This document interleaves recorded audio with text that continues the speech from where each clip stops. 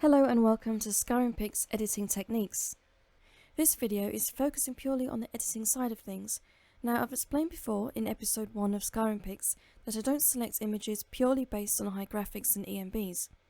When I see an image with insane graphics, I like to ask myself, would this image still impress me if the graphics were lower? If so, then I'll categorize it and get ready to feature it.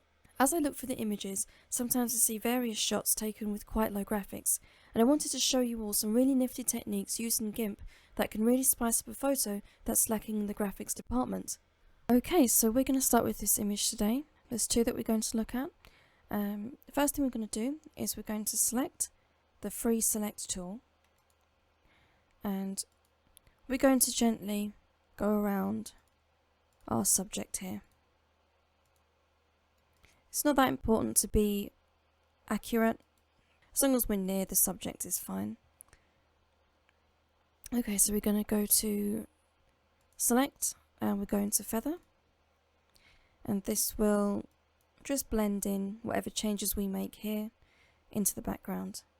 So for example, if I cancel this, if I go to colors and contrast, we can see that there's a really sharp line here, and it won't look good. So I'm going to go ahead and cancel that. I'm going to go to select, feather, and I like to select a really high number. About 250 works well. So we're going to go to filters and we're going to enhance what we've got here. So we're going to sharpen. We can see it's already having an effect on our hair. I'm going to go a little bit higher. I'm going to take it up to 40 and hit OK. So now I'm going to go invert and I'm going to blur the background. So filters, blur, there's a few different types here. I prefer the one at the top. So that will blur it. If I feel that it needs a little bit more, I will just repeat the blur. Okay, and now I also want to darken the background. So I'm going to go to brightness and I'm going to pull this slider down to about there, not too much for the moment. Okay, I want to create a sort of vinaigrette effect. I'm going to go with this select tool, so the circular one, and I'm going to select this corner and I'm going to drag it down to this corner. Once again, I'm going to feather. I'm going to leave the amount at 250 and I'm going to select invert. Then we're going to go to colors and we're going to bring the brightness down to about half, so in between here and the contrast, like so. I really want to bring up the reds and the yellows in her face and hair, so I'm going to go to colors, hue and saturation, and I'm going to select yellow, and I'm going to bring this up a little bit. And I'm going to bring this up a little bit. Also, now there is some mods that will give your character a face light. You can also achieve this similar effect in Gimp by simply selecting the face. Now I want to less feather, so I'm going to go for 50, and we're going to use a filter. We're going to go to artistic. The artistic section here, I'm going to select soft glow. Now because we're indoors and we still want the effect of candlelight, I'm not going to pick anything too bold, because then it will just feel like she's in sunlight and not in candlelight. So now we can play around with the sharpness,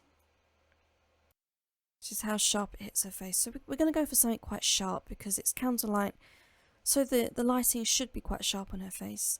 I'm going to bring the brightness down a little bit and hit OK. So you can see it's got a kind of smoothing sort of effect. It looks really smooth on her face. We're going to select her again. This time we're just going to do a nice easy tool. And we're going to select feather 250. And we're going to select invert. And this time we're going to go to levels. And we're going to change the levels just to make the backgrounds that little bit darker.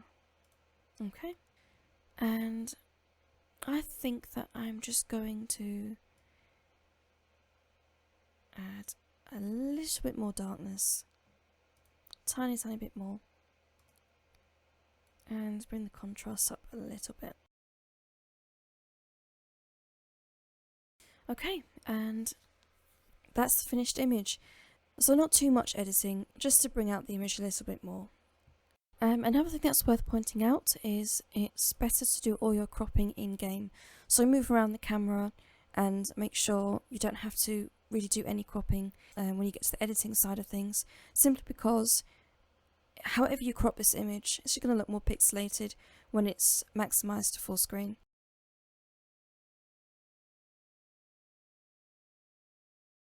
Okay, so let's go to our second picture. We've got this one. Once again, my graphics are quite low here.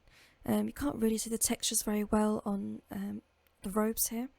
And the candlelight doesn't look as dominant, and obviously this is meant to be nighttime. So let's go ahead and make this picture nighttime, and let's make the fire stand out more. So again, just enhanced, not too much editing, and I didn't really need fantastic graphics to be able to make the image look better than what I started off with. So I hope the tips have been helpful, and those of you with low-end PCs, I hope that this has helped you to make your images look a lot better. Thanks for watching.